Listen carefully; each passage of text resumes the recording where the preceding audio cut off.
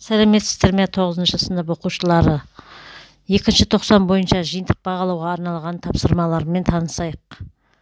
Қазақстан Республикасының тұңғыш президенті күні тәуелсіз Қазақстанның айбынды мейрамы бөлімі бойынша жиынтық бағалау. Оқу мақсаты: оқылым, қосымша ақпарат көздерінен алынған мәліметтерден қорытынды жасау, өз көзқарасын білдіру. Жазылым: тақырып бойынша сөйлем ішінде қойылатын тыныс белгілерді орынды қолдану.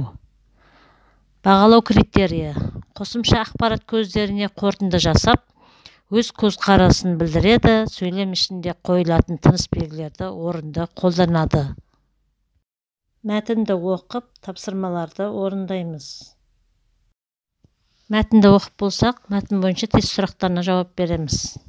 Америка Құрама Штаттарында президент күні қай айда тойланады? Нұсқалары: А. Желтоқсан, Б. Ақпан, В. Шілде. Мәтіннің ішінен табамыз. Жауаптарын белгілейміз. Екінші: ақш-та президент күнін қайда тойлайды? Нұсқалары: А. Даңғылда, Б. Көлдің жағасында, В. Вашингтон мұражайында. Жауабын тауып белгілейміз. Дұрыс нұсқасын белгілейміз. Исландия енді президент күні қашан тойланады? Нұсқалары: А. 14 наурызда, Б. 14 қыркүйекте, В. 14 мамырда.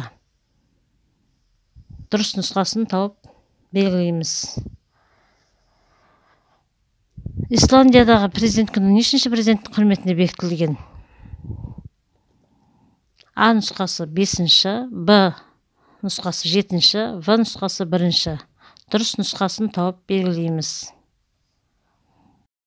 Екінші тапсырма: оқыған мәтіндерің бойынша мына берілген сөйлемдердің дұрыс не бұрыс екенін анықтаңдар.